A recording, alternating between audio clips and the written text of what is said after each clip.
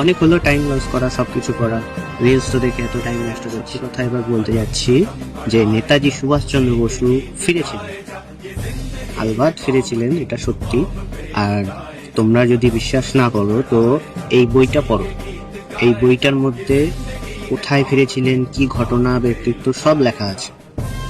আর কে নেতাজি সুভাষচন্দ্র ছিলেন, মানে পরে যে বেশ ধারণ করেছিলেন সেটাও দেখতে পারবে। আর এটা হচ্ছে গুমনামি বাবার সঙ্গে সম্পর্ক আছে। কেন? অরিজিনালি গুমনামি বাবাই নেতাজি সুভাষচন্দ্র বোস। এটা অনেক জায়গায় রিপোর্টেও লেখা আছে, সবকিছু লেখা আছে।